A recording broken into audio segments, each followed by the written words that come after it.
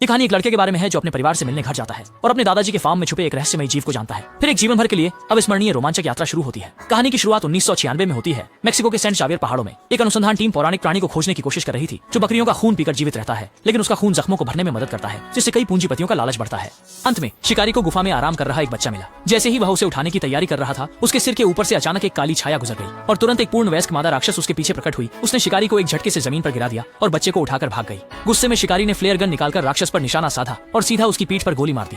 शुक्र है कि बारूद केवल पंखों को छुआ। पीछे का शिकारी यह देखकर पीछा करने लगा। मजबूरन उसे गुफा से बाहर पहाड़ी की ओर भागना पड़ा, परंतु पंख गंभीर रूप से जल गए थे, जिससे वह उच्च ऊंचाई पर उड़ नहीं सकता था। जल्दी में उसने जल्द ही बच्चे को लेकर एक तरफ छुपा लिया। छोटे रास्ते में शिकारी तुरंत कार चलाता हुआ पीछे से पागलों की तरफ पीछा करने लगा। जब यह लगने लगा कि वह पकड़ में आ जाएगा, तो उसने पहाड़ी की दिशा में तेजी से मुड़कर भाग निकला। लोग सिर्फ कार से उतरकर पैदल पीछे चलने लगे और जमीन पर गिरे हुए पैमाने देखकर आसपास की खोज में जुट गए और शिकारी को चकमा देने वाला जीव दूसरे पहाड़ी की ओर तेजी से भाग निकला। लेकिन तभी एक अनहोनी हो गई। अचानक एक पुराना बीटल मॉडल की कार तेजी से उससे टकराई, लेकिन सौभाग्य से उसके मजबूत शरीर को कोई गंभीर नुकसान नहीं हुआ और वह लड़खड़ाते हुए बाहर आ गया।